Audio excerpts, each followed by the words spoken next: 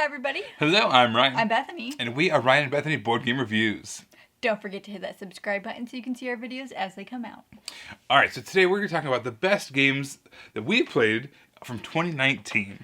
Oh, 2019. What a dream of a year. Oh, to be back in 2019. 2019. We didn't realize how good you were. Yeah. We didn't appreciate you while we had you. We did not. We were all like, 2020. And 2019 is like, no. 2020 is hindsight. Is 2020. Yeah. There's a joke in there somewhere that I'm missing. Alright, so anyways, yeah, our top list of 2019. A ton of good games came out, and this is not at all, by any means, an exhaustive list. I'm sure we're going to play a bunch more 2019 games as the years go on, and they may, supplant some of these games. But we still have some fun games we want to talk about. Let's get started. Alright, I'm going to go first because ladies first, but I can't. I'm not sure what you're trying to tell me. Like, what are you saying? That's my number 10. It's up higher on Ryan's list. Okay, that was weird. And my number 10 is Tiny Towns. This is a really cute game all about these little animals who are building these buildings in these tiny towns. You're drafting these cubes of different colors, trying to build these patterns. You turn in those patterns of cubes for buildings that can do all different powers, all different scoring abilities. It gets really, really tight as the town kind of fills in, and you have to kind of really maximize. And I think it's a really fun game. I really like Tiny Towns. My number 9 is Letter Jam, and this is a cooperative word game that I think is just really clever. I'm not huge on word games because I am not an awesome speller. Like, I'm not horrible, I'm just not great. Yeah, somewhere in the middle of just not awesome speller. Thank you, red squiggle line. I live for you. Anyway, Letter Jam is really cool. You're trying to get other people, you're trying to help other people guess what their letter is that's in front of them by giving them clues of different words. But they don't know what it is, and they have to piece it together. I remember we played this one where, I can't remember, did I have an A? No, that's what it was. Did I have an A? And somehow Ryan got me to guess it by using the word banana. And it was amazing and funny, and we all laughed, and it was jolly good fun. But my number 9 is Letter Jam. All right, so my number 9 is Barrage. This is one of the big, beautiful, heavy Euro games. It's all about these hydroelectric dams. You're building up these dams in order to hold, to make electricity, and you're powering these things, and you're trying to build all these different structures in order to make these dams work and get you the currencies that you need. I need more plays of this game for one thing. I was terrible at it, but it had so much fun too. And it's the amount of planning you had to do was just a lot, which I like in that games. And there's these resources you had to spend, and then they had to kind of go in this kind of placeholder. They had to go through this dial, and as you spun that dial, you had to wait till they kind of came back to the opening in order to come back into your resource pool. So you really had to plan ahead and kind of make the most of your actions, and I love that level of crunchiness. So Barrage, my number 9. Or, I'm sorry, you bored by my Euro game? A little bit of 2020 is coming through 19. Sorry, guys. Okay. So, my number 8 is Cartographers. And this is a great example of a 2019 game that I just played a month ago, and how our lists will potentially change as the years go on. But this is a really fun flip and draw. Flipping right? Flipping right? Flipping right, not draw. People don't say draw, they say right. No, they don't. This is a really quick and simple flip and write game. One thing that's really neat about this is you can send like the PDF file of the sheets, of the individual player sheets, and as long as one person owns the game, you can actually play this with a lot of people online. This is a game that's really strong with that, so it might actually be a good game to do now if you're into something like that. But Cartographers is a really fun flip and write game that you can play All right. So my number 8 was Bethany's number 10. This is Obscurio. So it's kind of the sequel to, or I guess now like the fancy phrase you say is the spiritual successor. It's a spiritual successor to Mysterium. In this case, spiritual, Mysterium. It works out. Yeah. Anyways, so basically there's one person trying to give these clues to everyone else at the table, trying to get them to help escape this mysterious tome or this book that's trying to give out clues. And you get a chance to narrow in on some pictures and try to tell the aspects of these pictures to help give clues to get, to point out the exact picture that they're trying to get you to guess. Yeah. It's complicated, but it's really not. Yeah, that is one of the things that I liked about this one is the fact, so it has these beautiful artwork, abstract pictures, but now the clue giver can even hone in on something specific on that card, which you weren't able to get with its... Mysterium. Yeah, I was going to say that spiritual thing you said. The spiritual predecessor. Yeah, that you weren't able to get with that. So I really like how they did that. And there's a traitor involved. Oh, yeah. And that's fun. I'm talking about you, Brian. Okay. Oh, it's me. It's my turn. Okay, so my number 7 is higher on Ryan's list. I'm going to just throw these runes and hope something good happens. All right, it's my turn. My number 7 is higher on Bethany's list. So I'll turn it back over to her. Okay, so my number 6 makes for awesome, television because it's higher on Ryan's list, and it kind of scares me, and I really don't want them to get together yet. They need to be human. My number 6, this is Lord of the Rings, Journeys in Middle-earth. This is, again, one of those sequel games, or reskins, or rethemes, or whatever you want to call it, of, this is Monsters, Madness, Mansions of Madness? There's a lot of words coming out of my mouth, and not a lot of intelligence, though. So Lord of the Rings, Journeys in Middle-earth, this is all run through, a tablet or an app, I guess. And so what you're doing is you are moving around on this board. You have these really nice minis, and you are exploring things. And as you land on certain things, the app will interact with you and tell you, okay, hey, you just ran into a pack of orcs, or hey, you have to, solve this thing, or hey, you have to go to this area. And new parts of the board open up to you, and it's just a lot of fun exploring these maps. They get harder and harder. And really, again, this is one I have not played enough, and I can't wait to play it more. I've just scratched the surface of it, and it's still just really, really fun. So looking forward to playing more of Lord of the Rings, Journeys in Middle-earth, and exploring it deeper. My number 5 is Rolled West, and I still haven't played the game that this game is based off of. So this is a roll, right, that is based off of Gold West? Yeah. Yeah. And so I still haven't played that game, and I want to because Rolled West is so fun, and this is just a snippet of what that game is. It'd be really, really, really fun. It's really not short, but it's easy to take with you. We played this going out on a date when, people did that in 2019. And it worked really well. You could order your food, play the game, and then your food came, and it was a great time. Yeah. But the thing that's really neat about this particular roll and write is that it is very crunchy for a roll and write. There's only, those 4 or 5 dice or something like that, and your own little player board. But there's so many choices and decisions to be made in just that little bit, and I really, really liked it. Yeah. All right, so my number 5 is, this is Bethany's number 7. This is one of yours from earlier. It's Call to Adventure. Oh, yeah. All right, so normally storytelling games are hit and miss for me because I'm not the best storyteller, or at least I feel like I when I play a board game, I want the board game to do the work for me, not me do the work for me. But this was really great because what it did was it, gave you a game, you played the game, and then afterwards you got to kind of recap the story of what your character did throughout the game. And you're kind of, as the game's going on, you're kind of formulating in your head what you want that end game story to be. And at least for me, what I ended up doing is I ended up, making the story more important than the points in the game, which makes it a lot of fun. So I make decisions in the game based off what I think my character's plot line would make sense with.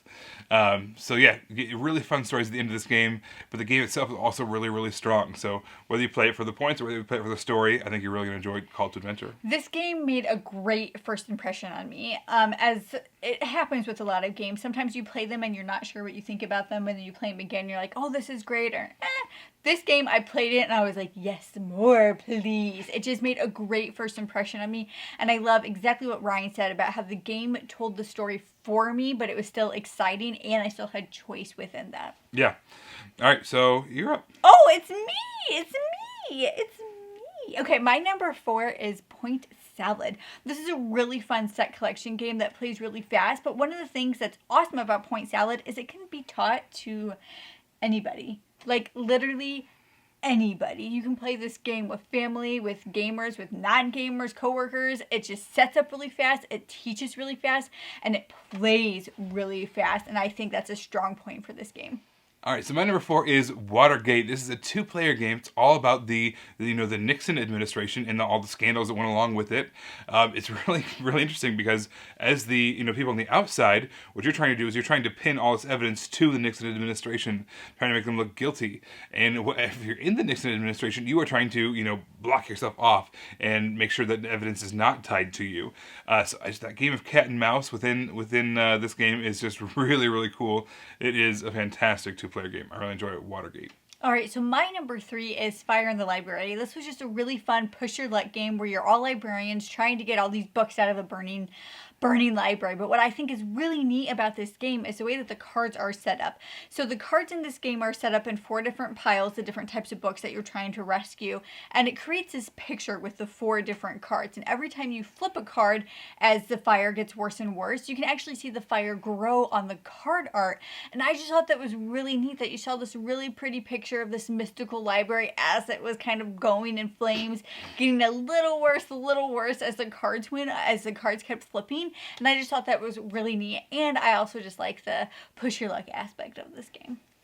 So my number 3 is Wingspan. This is a beautiful game all about all different kinds of birds, and it's gotten so much attention and accolades recently, and it deserves every bit of it because it is just a lot of fun. It's kind of got almost an engine building vibe to it. As kind of things progress, your actions get stronger and stronger. Having to save up these eggs and send up all these different resources, and you collect the birds with them. And all these different little facts that you learn about the birds, and their wingspans themselves, obviously as the name suggests, are on the card. And some of the cards actually interact with a card. If a bird has a certain amount of certain wingspan, you can do this and that. And I thought that was just a really cool part of this game. All the different facts about this. It has beautiful artwork, beautiful presentation, but it's also just a lot of fun. That is Wingspan, my number 3. My number 2 was Ryan's number 7, and that is Paladins of the West Kingdom.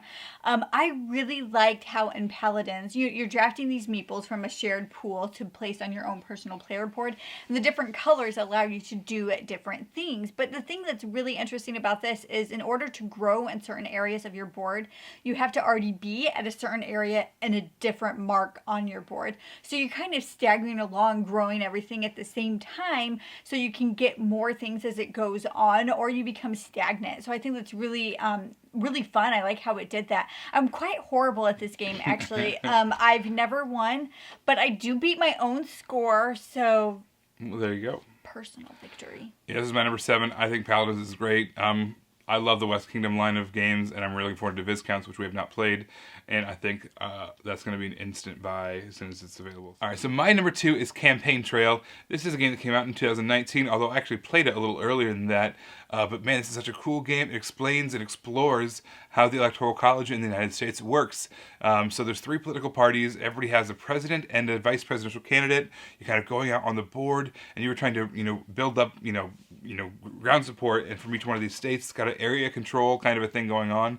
If you're able to control a state, you get that state's electoral votes, and you're trying to get over that threshold in order to collect enough electoral votes in order to become the president. So it avoids all the politics. It just explains the political system and how the actual election system works. I think Campaign Trail was a lot of fun.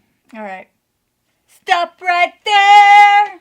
Da, da, da, da, da. I don't know the Meatloaf song. I'm sorry, guys. But before we get to our number 1, we want to do some honorable mentions. All right, so solo game. I don't play a whole lot of solo games, but when I do, I like them to be fast, easy setup, easy tear down, that kind of thing. So my favorite solo game from 2019 was Puzzle Dungeon. This game, it's just a deck of cards. You lay it out, and there's just so much more game there than what the small deck of cards would suggest. But at the same time, easy setup, easy tear down, fast play time, all the things I would want in a solo game was all there, because what you're doing is you're competing with things like video games and surfing the web and scrolling through Facebook and memes. You're competing against memes. And memes are easy to access. So I think, at least for me personally, I want a solo game to be easy to access.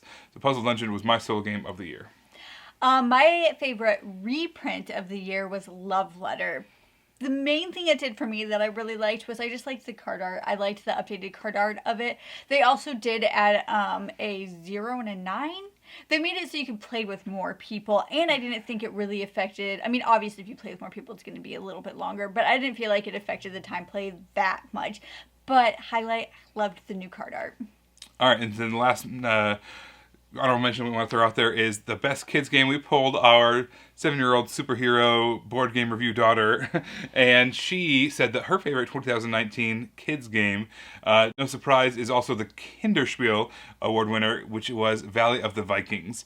This is a cute dexterity game. We're able to play it even with our 3-year-old. Yes. She doesn't grasp like 100% of the strategy, Yeah. and also her aim with the dexterity part of it isn't the best, but she gets it. She loves it. Our 7-year-old clearly loves it.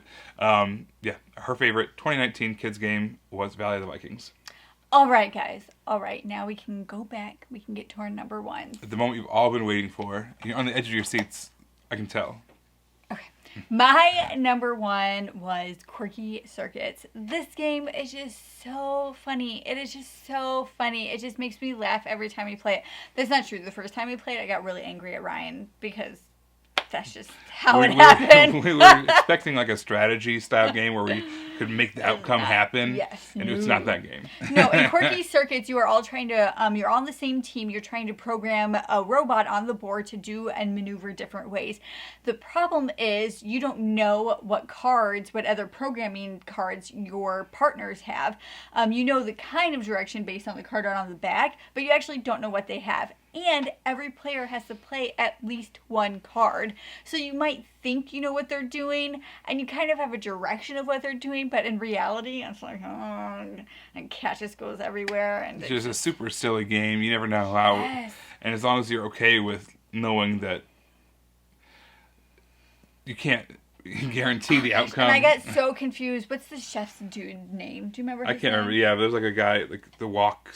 I can't remember his name. But Yeah, but I got so confused with his arms and what was doing, and sometimes I was like, this makes sense. I'd lay it, and we'd flip it over and be like, that's not what I meant to do. And it happened all the time, but it was just such great fun. I want there to be more. Like, I want more to this game. I want there to be expansions. I want there to be another book. I want there to be more robots. More Quirky Circuits. More Quirky Circuits. Quirkier Circuits. Quirkiest. Yes, quirkier and quirkiest. There, 2 more expansions. Quirkier Circuits and Quirkiest Circuits. Yeah. Yes. Flat Hat, call us. We'll work out some deals. All right, so Horrified is my number one. This is Bethany's number 6. We love cooperative games. That was her number 1. Was a cooperative game too. Oh my gosh. It was. Yeah. We like cooperative games. We always have. In fact, both of our number 1s of all times were cooperative games. That's like the only good thing coming out of this year. Sorry. Yeah. More cooperative games. Yeah. But also, Horrified is just this really cute but also kind of spooky themed game. You've got all these different, Universal Studios monsters roaming the board, causing chaos. You are investigators trying to figure out what they need, get them taken care of, whether that means to attack them or whether it means, you're fighting Frankenstein and his bride, Frankenstein's monster and his bride. You are trying to get him to fall in love, but yeah, they can't. Human. They can't meet until after they've been humanized a little bit, and so it's just really fun, and it's not always necessarily attacking. There's other facets to the game. A lot of maneuvering, a lot of cooperating. I really like Horrified, and I love, for instance, Pandemic. I love that game. Yeah. But I'm never ever going to play Pandemic in October when I could be playing Horrified. They could probably, Horrified's expandable too. Yeah. I don't know what other Universal Studios monsters there are, but There has to be. there has to be more. It's before my time, but Before everybody's time. Well, thank you so much for watching. Remember, don't forget to subscribe so you can see our videos as they come out. You can also find us on Facebook under Ryan and Bethany Board Game Reviews. You can find us on Twitter under Ryan and Bethany 1. And you can also find us on Instagram under Ryan and Bethany. all right, everybody, thanks so much for tuning in. I hope you enjoyed our top 10 games of 2019. We'll see you next time. Bye. Bye.